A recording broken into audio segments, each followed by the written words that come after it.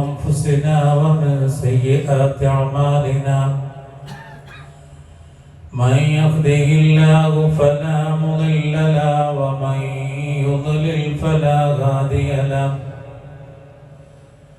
أشهد أن لا إله إلا الله وحده لا شريك له وأشهد أن محمدا عبده ورسوله أرسله بالهدى ودين الحق ليظهره على الدين كله ولو كره المشركون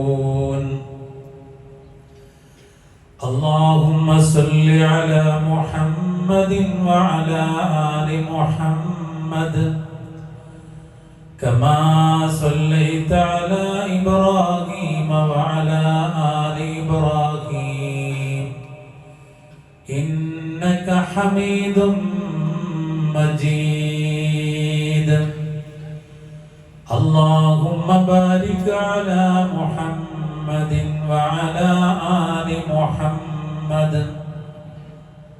كما باركت على إبراهيم وعلى آل إبراهيم إنك حميد مجيد أما بعد فإن خير الكلام كلام الله وخير السنن سنن محمد صلى الله عليه وسلم وشر الأمور محدثاتها وكل محدثة بدعة وكل بدعة ضلالة وكل ضلالة في النار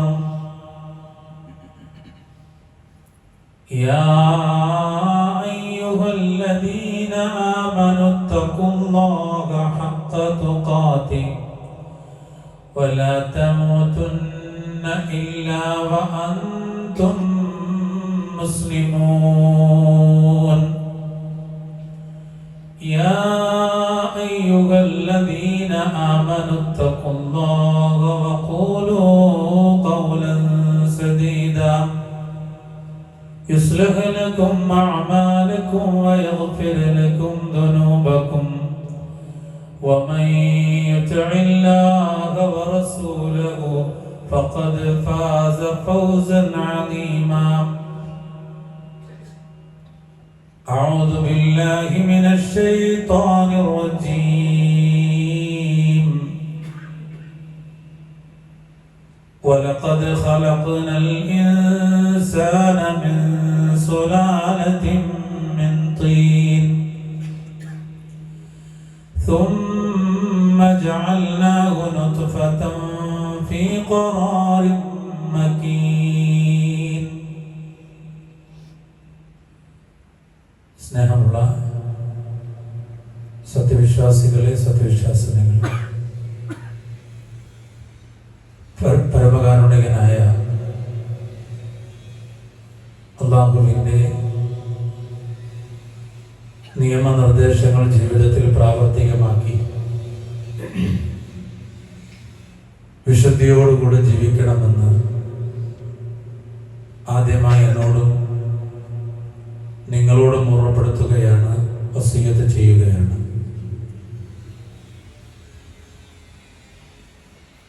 നമ്മളെ എല്ലാവരെയും നന്മ ചെയ്യാൻ പ്രേരിപ്പിക്കുന്നത്,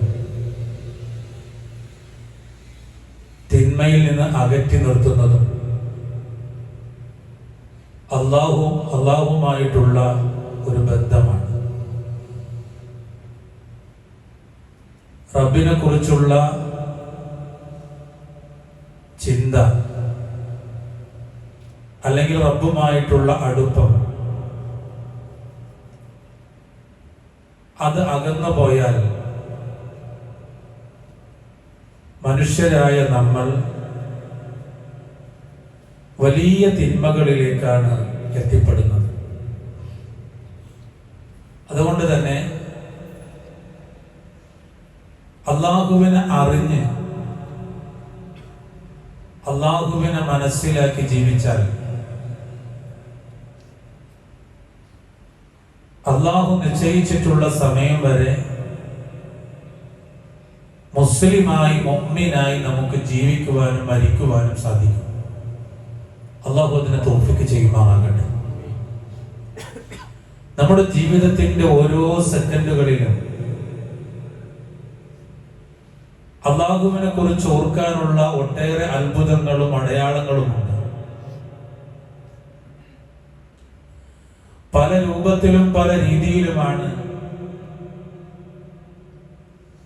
ആ വിഷയങ്ങളെ അല്ലാഹു സുബ്ഹാനഹു തആല ഈ ലോകത്ത് നമുക്ക് കാണിച്ചു തന്നിട്ടുള്ളത്. അല്ലാഹുവിന്റെ അടയാളങ്ങളായി, ചിഹ്നങ്ങളായി ഈ ലോകത്ത് പലതും നമുക്ക് കാണാൻ സാധിക്കും. ആ ചിഹ്നങ്ങളിലൂടെ, വസ്തുക്കളിലൂടെ അല്ലാഹുവിന്റെ അപാരമായ അത്ഭുതത്തെക്കുറിച്ച് നമുക്ക് കാണാനും പഠിക്കാനും അതിലൂടെ റബ്ബിലേക്ക് അടുക്കുവാനും നമുക്ക് സാധിക്കും. അല്ലാഹു അതിനെ തൗഫീഖ് ചെയ്യുമാറാകട്ടെ. പക്ഷെ പലപ്പോഴും നമ്മുടെ ശ്രദ്ധ അതിൽ നിൽക്കുന്നില്ല. അതുകൊണ്ടാണ് നമ്മുടെ ഈമാനിന് ഏറ്റക്കുറച്ചിലുകൾ ഉണ്ടാകുന്നത്. നമ്മുടെ ഈമാൻ കുറഞ്ഞു നിൽക്കുന്ന സമയത്താണ് നമ്മുടെ മരണം സംഭവിക്കുന്നതെങ്കിൽ വിശ്വാസികളെ, നമ്മുടെ ഖബർ ജീവിതവും പരലോക ജീവിതവും പ്രയാസകരമായിരിക്കും. അതുകൊണ്ട് ഞാനും നിങ്ങളും വളരെയധികം ശ്രദ്ധയോടുകൂടെ ശ്രദ്ധിച്ച് കൈകാര്യം ചെയ്യേണ്ടുന്ന ഒരു വിഷയമാണ് നമ്മുടെ വിശ്വാസം. വിശ്വാസ കാര്യങ്ങളിൽ ആദ്യമായി പഠിച്ചത് അൽ ഈമാനു അൻ തുഅ്മിന ബില്ലാഹ് എന്നതാണ്. അല്ലാഹുവിലുള്ള വിശ്വാസം. അല്ലാഹുവിനെ അറിയുമ്പോഴാണ് ആ വിശ്വാസം പൂർണ്ണമാകുന്നത്. നോക്കൂ, നിങ്ങൾ അല്ലാഹുവിനെ ആരാധിക്കാൻ പറയുന്നതിന് മുമ്പ് അല്ലാഹുവിനെ പരിചയപ്പെടുത്തുകയാണ് പരിശുദ്ധ ഖുർആൻ.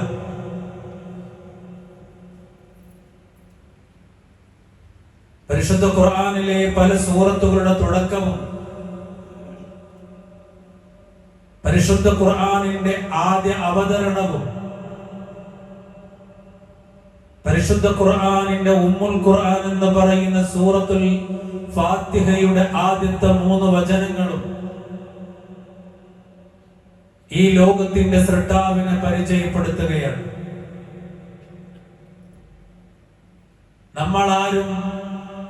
നമ്മൾ ആരാധിക്കുന്ന റബ്ബിനെ അറിയാതെ റബ്ബിനെ ആരാധിക്കേണ്ടതില്ല. റബ്ബിനെ അറിഞ്ഞുകൊണ്ട് ആരാധിക്കണം. അതുകൊണ്ടാണ് അല്ലാഹു പരിചയപ്പെടുത്തുന്നത്. നോക്കൂ, നിങ്ങൾ നമസ്കാരത്തിൽ നെഞ്ചിൽ കൈവച്ചുകൊണ്ട് പൂർണ്ണമായും റബ്ബിൽ സമർപ്പണം നടത്തി ആ നമസ്കാരം എന്ന് പറയുന്ന കർമ്മത്തിന്റെ തുടക്കത്തിൽ നമ്മൾ പാരായണം ചെയ്യുന്ന ഉമ്മുൽ ഖുർആൻ എന്ന് പറയുന്ന സൂറത്തു അൽ ഫാത്തിഹയിലെ 3 വചനങ്ങൾ, ആ 3 വചനങ്ങൾ ഇന്നത്തെ ഖുതുബയിലോ വരാനിരിക്കുന്ന ആഴ്ചയിലെ ഖുതുബകളിലോ വിശദീകരിച്ചാൽ തീരുന്നതല്ല. പക്ഷെ അത്രത്തോളം മുന്നോട്ട് പോയിട്ടില്ല നമ്മളാരും. അൽഹംദുലില്ലാഹി റബ്ബിൽ ആലമീൻ. സർവലോക രക്ഷിതാവായ അല്ലാഹുവിനാണ് സർവസ്തുതിയും എന്ന് പറയുമ്പോൾ ഈ സർവലോകത്തിന്റെ അത്ഭുതങ്ങളിലൂടെ കടന്നു പോകണം. എണ്ണിയാൽ ഒതുങ്ങാത്ത അത്ഭുതങ്ങൾ. അത് കടലായി, കരയായി, ആകാശമായി, ഭൂമിയായി, ഇരുട്ടായി, വെളിച്ചമായി, വായുവായി, ജലമായി, ഇങ്ങനെ ഒരുപാട് അത്ഭുതങ്ങൾ ലോകത്ത് അല്ലാഹു സുബ്ഹാനഹു വ തആല സൃഷ്ടിച്ച് സംവിധാനിച്ചിരിക്കുകയാണ്. അങ്ങനെയുള്ള റബ്ബിനാണ് സർവസ്തുതിയും എന്ന് പറയുമ്പോ ഏത് ബുദ്ധിയാണത് യോജിക്കാത്തത്? ഏത് ബുദ്ധിക്കാണത് അംഗീകരിക്കാൻ പറ്റാത്തത്? പ്രിയമുള്ളവരെ, വിശാലമായ വാനലോകം കണ്ടാൽ മനോഹരമാണ്. അത്ഭുതങ്ങളുടെ കലവറയാണ് ആകാശം. ആകാശത്തിന് ഒരുപാട് അത്ഭുതങ്ങളുണ്ട്. ആകാശത്തിന്റെ ആ മനോഹരമായ ദൃശ്യത്തിൽ അല്ലാഹു സുബ്ഹാനഹു വ തആല അതിനേക്കാൾ അത്ഭുതമായ സൃഷ്ടിപ്പ് നടത്തിയിട്ടുണ്ട്. അതിൽ അത്ഭുതമാണ് സൂര്യൻ, അതിൽ അത്ഭുതമാണ് ചന്ദ്രൻ, അതിൽ അത്ഭുതങ്ങളാണ് കോടാനുകോടി നക്ഷത്രങ്ങൾ. ഇതെല്ലാം പരിശുദ്ധ ഖുർആൻ വിശദീകരിക്കുന്നുണ്ട്. സൂറത്തു നബയിലൂടെ വിശദീകരിക്കുന്നുണ്ട്. സൂറത്തു അൽ മുഅ്മിനിലൂടെ വിശദീകരിക്കുന്നുണ്ട്. ഇതുപോലെ മറ്റു സൂറത്തുകളിലൂടെയും അല്ലാഹു സുബ്ഹാനഹു വ തആല വിശദീകരിക്കുകയാണ്.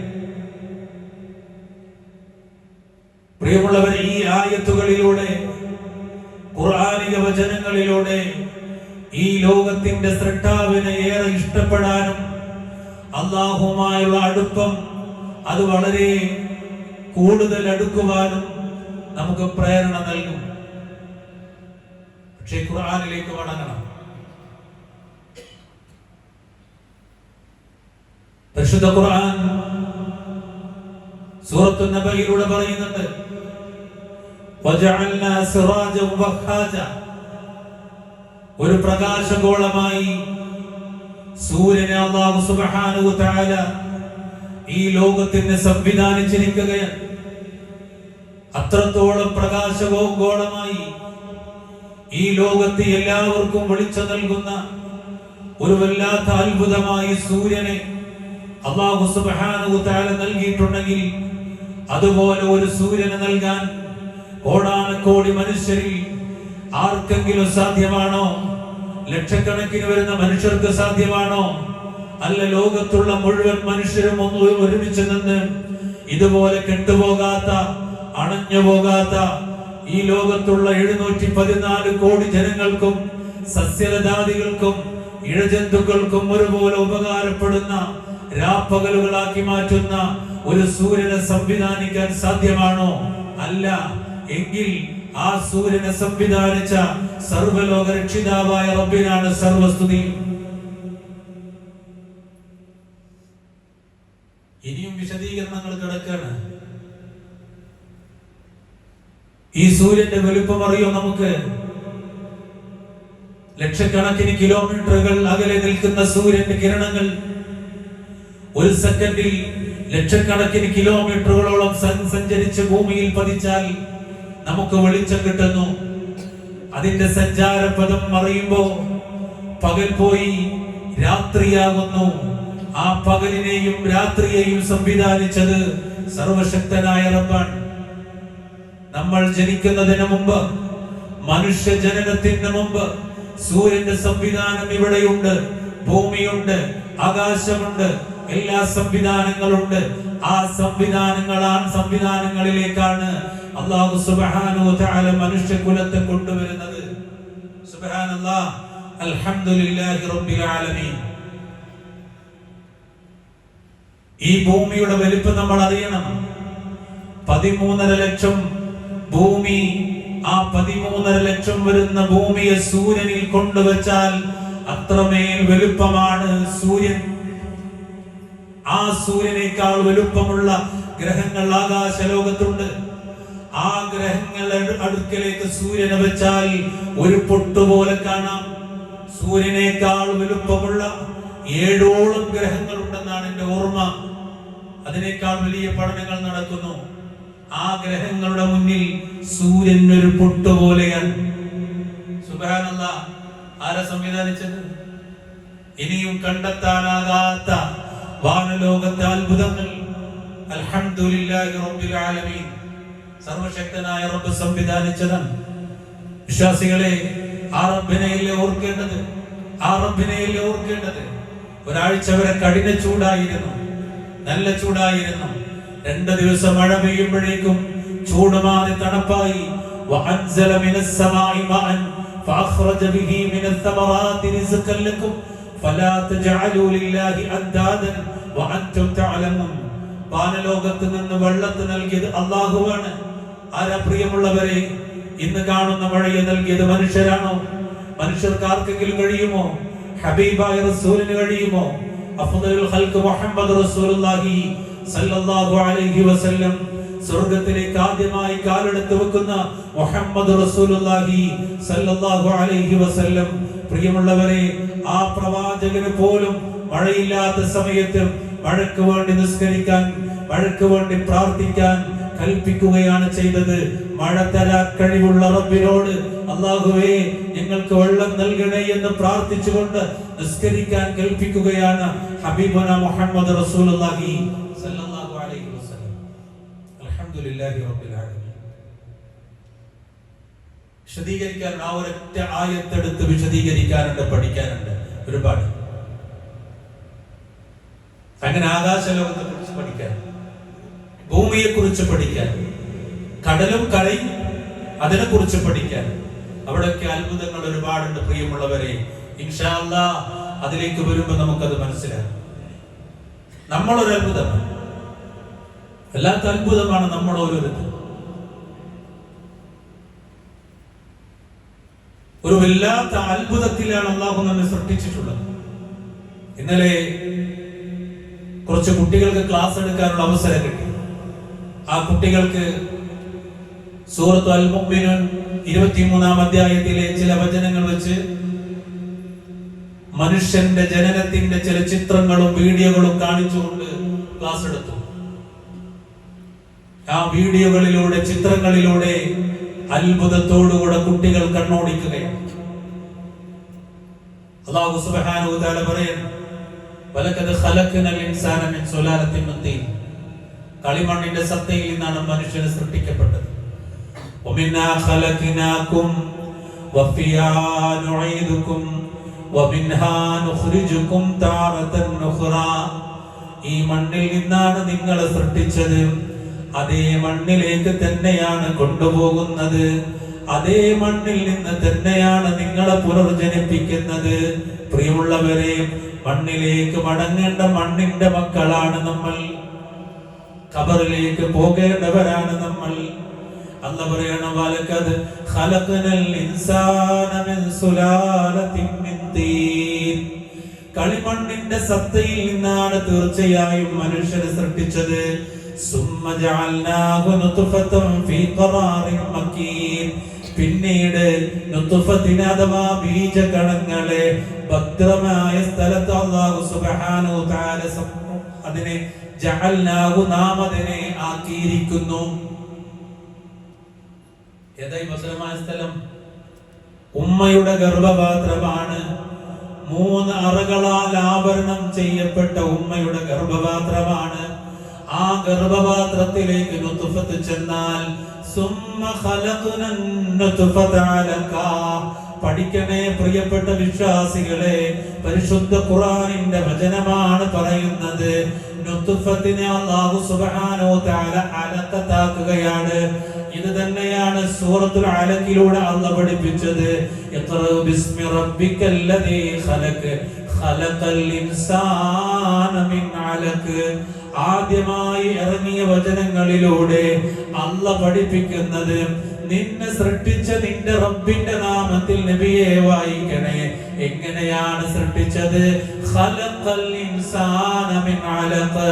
മനുഷ്യനെ സൃഷ്ടിച്ചത് ഭ്രൂണത്തിൽ നിന്നാണ്. എങ്ങനെയാണ് ഭ്രൂണമുണ്ടായത്? ഖലഖനൻ നുത്ഫത അലഖ.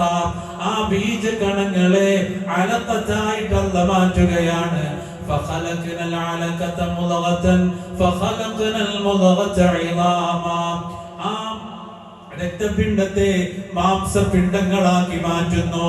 പിന്നെ അവിടെ അല്ലാഹു സുബ്ഹാനഹു തആല എല്ലുകളെ സംവിധാനിക്കുന്നു, ആവശ്യമായ ഞരമ്പുകളെ സംവിധാനിക്കുന്നു. എത്രയോ കിലോമീറ്ററുകൾ വലുപ്പമുള്ള നെർവുകളാണ് നമ്മുടെ ശരീരത്തിലുള്ളത്. പ്രിയമുള്ളവരെ, എത്രയെത്ര ചെറുതും വലുതുമായ എല്ലുകളാണ് സംവിധാനിച്ചിട്ടുള്ളത്. ഈ വിരലുകളിൽ ആവശ്യമായ എല്ലുകളുണ്ട്. അതുപോലെ തന്നെ നമ്മുടെ കൈകളിൽ ആവശ്യമായ എല്ലുകളുണ്ട്, കാലുകളിലുണ്ട്. വാരിയെല്ലുകൾ കൊണ്ട് നമ്മുടെ വയറിനെ അല്ലാഹു പൊതിഞ്ഞിട്ടുണ്ട്, നമ്മുടെ നെഞ്ചകത്തെയും അല്ലാഹു പൊതിഞ്ഞിട്ടുണ്ട്, നമ്മുടെ തലച്ചോറിനെയും അല്ലാഹു പൊതിഞ്ഞിട്ടുണ്ട്. അങ്ങനെ എല്ലാ നിലക്കും ഒരു ആഭരണമായി, സംരക്ഷണമായി ശരീരത്തെ അല്ലാഹു സംവിധാനിച്ചിരിക്കുകയാണ്. എന്നിട്ടോ അങ്ങനെ എല്ലുകളായിട്ടല്ല സംവിധാനിച്ചില്ല, ഞരമ്പുകളോട് അല്ലാഹു സൃഷ്ടിച്ചിട്ടില്ല. പിന്നെ ആ എല്ലുകളെ ഇറച്ചുകൊണ്ട് അങ്ങ് പൊതിയുകയാണ്. മറ്റൊരു രൂപമായി പുറത്തേക്ക് കൊണ്ടുവന്നു. ഉമ്മ പ്രസവിച്ചിട്ട് ആ പൈതലിനെ വാപ്പ കയ്യിലെടുക്കുമ്പോ, പുറത്തുള്ളവർ കയ്യിലെടുക്കുമ്പോ, ഒരു ചോര പൈതലായി നമ്മുടെ കയ്യിൽ കിട്ടുമ്പോ എത്ര മനോഹരമാണ് ആ രൂപം. നമുക്കെല്ലാം വാത്സല്യത്തോടുകൂടെ, നമ്മളെല്ലാം സ്നേഹത്തോടുകൂടെ ആ ചോര പൈതലിന്റെ നെറ്റിത്തടത്തിൽ ഉമ്മ കൊടുക്കുമ്പോ ആ ചോര പൈതലിനെ സൃഷ്ടിച്ച ആ അത്ഭുതത്തെ കുറിച്ച് നമ്മൾ ആരെങ്കിലും ചിന്തിച്ചിട്ടുണ്ടോ? അങ്ങനെ സൃഷ്ടിച്ചുകൊണ്ടാണ് പ്രിയമുള്ളവരെ ഇന്ന് കാണുന്ന ഈ പവറിൽ, ഇന്ന് കാണുന്ന ഈ രൂപത്തിൽ നമ്മൾ യുവാക്കളായി, ശക്തിയുള്ളവരായി, പവറുള്ളവരായി ഈ ഭൂമിയിൽ കാലമത്രയും നമ്മൾ ജീവിച്ചു പോകുന്നത്. സുബ്ഹാനല്ലാഹ്, അൽഹംദുലില്ലാഹി റബ്ബിൽ ആലമീൻ. സർവ്വലോക രക്ഷിതാവായ അല്ലാഹു നിനക്കാണ് സർവസ്തുതി. ഇതെന്നെ വിശദീകരിക്കാണ്ട് ഇനി എത്രയോ വിശദീകരിക്കാനുണ്ട്. ഇൻഷാ അല്ലാഹ് അല്ലാഹു തൗഫീഖ് ചെയ്യട്ടെ. ഇത് നമ്മുടെ മനസ്സിലേക്ക് വരണം, ഇത് നമ്മുടെ മനസ്സിലേക്ക് വരണം. അത് വന്നാലേ അല്ലാ എന്ന ബോധം ഉണ്ടാവുള്ളൂ. വീഴാൻ പോയാൽ അല്ലാനെ വിളിക്കുള്ളൂ, ആരാനും വിളിക്കൂല. കാരണം മനസ്സ് അത് കൊണ്ടുവരണം. എന്ത് വിഷയം വന്നാലും അല്ലാ എന്ന ബോധം അതുണ്ടെങ്കിൽ അല്ലാന്റെ ഒരു കാവല് നമുക്കുണ്ടാവും, അല്ലാന്റെ ഒരു കൈ സഹായം നമുക്കുണ്ടാവും. ആ സഹായത്തിന് വേണ്ടിയാണ് ലാ ഇലാഹ ഇല്ലല്ലാഹ് ഉറപ്പിക്കാൻ പറഞ്ഞത്. ലാ ഇലാഹ ഇല്ലല്ലാഹ് ഉറപ്പിക്കണമെങ്കിൽ ഈ വിഷയങ്ങളെ കുറിച്ചൊക്കെ ഒന്ന് പഠിക്കണം. അതിനാണ് ഖുർആൻ പഠിക്കാൻ പറയുന്നതും ആയത്ത് പഠിക്കാൻ പറയുന്നതൊക്കെ. ഇപ്പൊ നിങ്ങളൊന്ന് ആലോചിച്ച് നോക്കുക, എത്ര ശരിയല്ലേ? ഒരു ആയത്തിൽ വിശദീകരിച്ചോളൂ, ഇനി എത്ര ആയത്തുകൾ, 100 കണക്കിന് ആയത്തുകൾ വിശദീകരിക്കുക. അപ്പോ ഇത് പഠിച്ചാൽ നമുക്ക് തിന്മ ചെയ്യാൻ കഴിയില്ല, തിന്മയിലേക്ക് പോകാൻ നമ്മുടെ മനസ്സിങ്ങനെ പിടിച്ചു വലിക്കും. അല്ലാഹനെ കുറിച്ചുള്ള ബോധവും അടുപ്പവും, എൻ്റെ റബ്ബിനെ വഞ്ചിക്കാൻ എനിക്ക് കഴിയില്ല. അങ്ങനെ ആയാൽ നമ്മുടെ ജീവിതം, സഹോദരങ്ങൾ, അങ്ങനെ ആയിട്ടൊരു കാര്യമില്ല.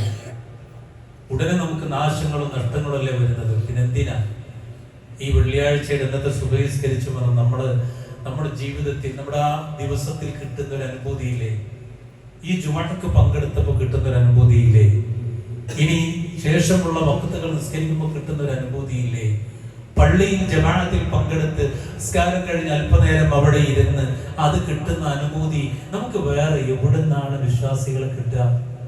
ക്ലബിൽ പോയിരുന്ന കിട്ടോ? വേറെ എവിടെയെങ്കിലും പോയിരുന്ന കിട്ടോ? ഇല്ല. അത് കിട്ടണമെങ്കിൽ ആത്മീയമായ, ഏറ്റവും നല്ല ആത്മീയത രണ്ടുണ്ട്. സത്യമായ ആത്മീയതയുണ്ട്, കള്ള ആത്മീയതയുണ്ട്. ഏറ്റവും നല്ല ആത്മീയത അത് വിൽക്കാനുള്ളതും അല്ല, കൊടുക്കാനുള്ളതും അല്ല, നേടിയെടുക്കാനുള്ളത്. അതിനുള്ള മാർഗം അത് നമുക്ക് എല്ലാവർക്കും പറ്റും. ആരുടെയും സഹായം വേണ്ട, നിസ്കരിക്കാൻ ആരുടെയും സഹായം വേണ്ട, ഖുർആൻ ഓതാൻ ആരുടെയും സഹായം വേണ്ട, ദിക്ർ ഓതാൻ ആരുടെയും സഹായം വേണ്ട. ഒക്കെ നമുക്ക് സ്വയം ചെയ്തുകൊണ്ട് സ്വയം അല്ലാഹുവിലേക്ക് അടുക്കാൻ നമുക്ക് കഴിയും. ഇതിനുള്ള മാർഗം ഈ ആയത്തുകളിലൂടെ നമ്മൾ അല്ലാഹുവിനെ മനസ്സിലാക്കുക എന്നുള്ളതാണ്. ഇനിയും ധാരാളമുണ്ട്, ഇൻഷാ അല്ലാഹ് നമുക്ക് മനസ്സിലാക്കാം. വളരെ പവിത്രമായ മാസത്തിലാണ് നമ്മളുള്ളത്.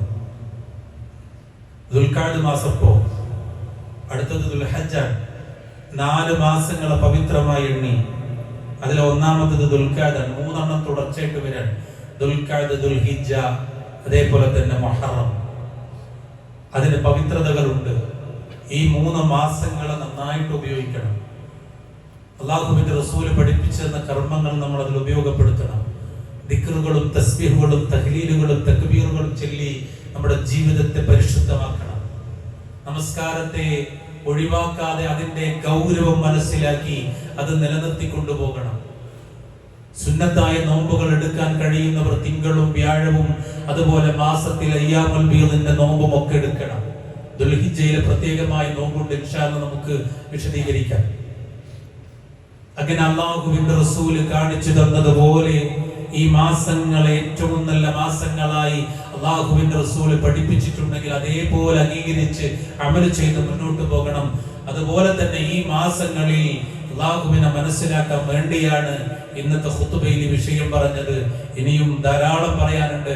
ഇൻഷാ അല്ലാഹ് ഇതിലൂടെ നിങ്ങൾ പഠിക്കാനും മനസ്സിലാക്കാനും തയ്യാറാവുക. അല്ലാഹു സുബ്ഹാനഹു വ തആല അതിനെ തൗഫീഖ് ചെയ്യുമാറാകട്ടെ.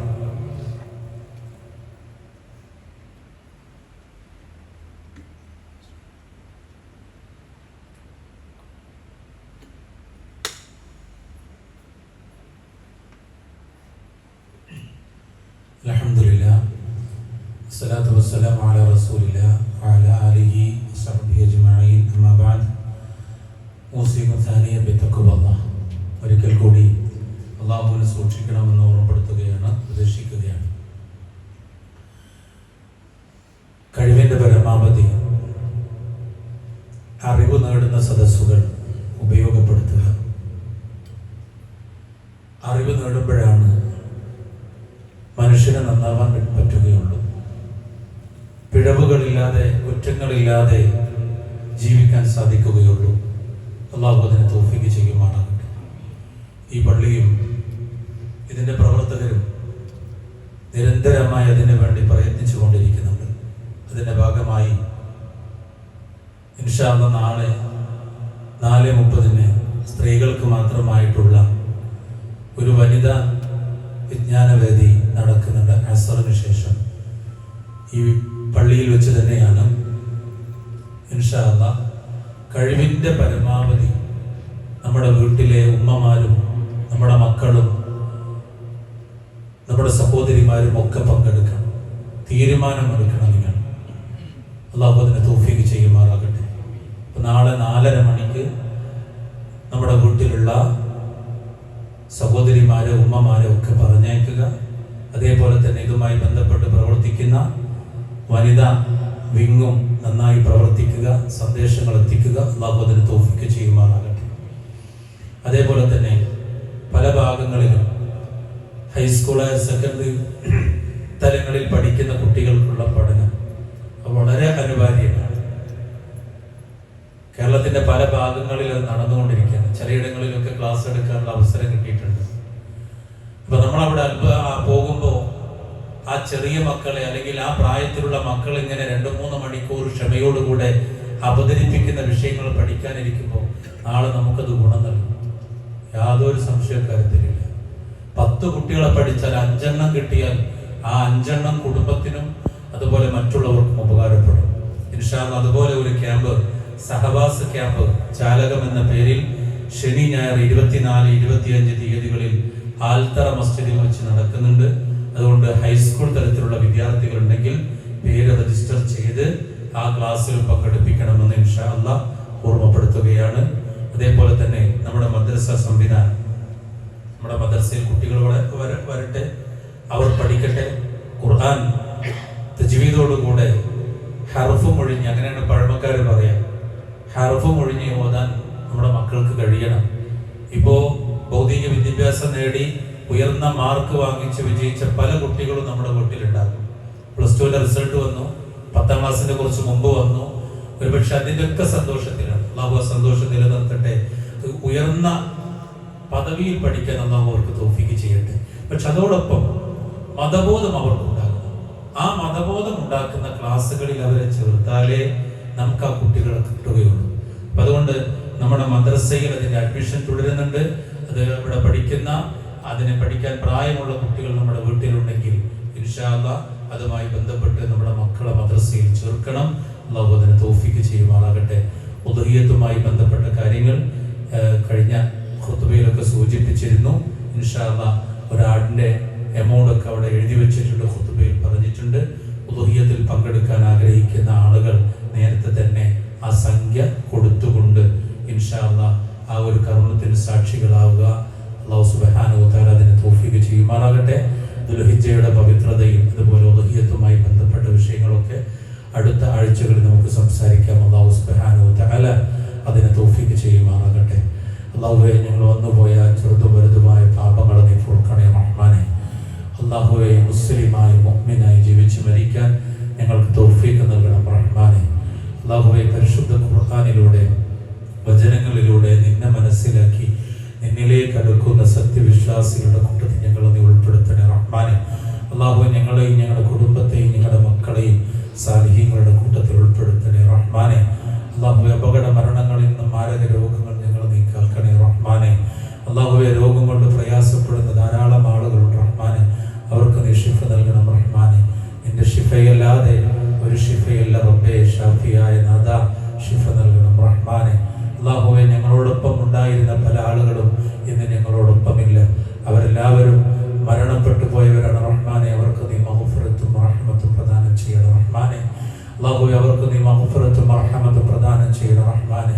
അല്ലാഹുവേ, ആരോഗ്യത്തോടുകൂടെ ഇസ്ലാമിക പ്രബോധന മേഖലകളിൽ നന്നായി പ്രവർത്തിക്കാൻ ഞങ്ങൾക്ക് തൗഫീഖ് നൽകണം റഹ്മാനെ. അല്ലാഹുവേ, ഈ മേഖലകളിൽ ചെലവഴിച്ചവർക്ക് നീ തക്കതായ പ്രതിഫലം നൽകണം റഹ്മാനെ. اللهم اغفر للمؤمنين والمؤمنات والمسلمين والمسلمات الأحياء منهم والأموات إنك مجيب الدعوات يا قاضي الحاجات.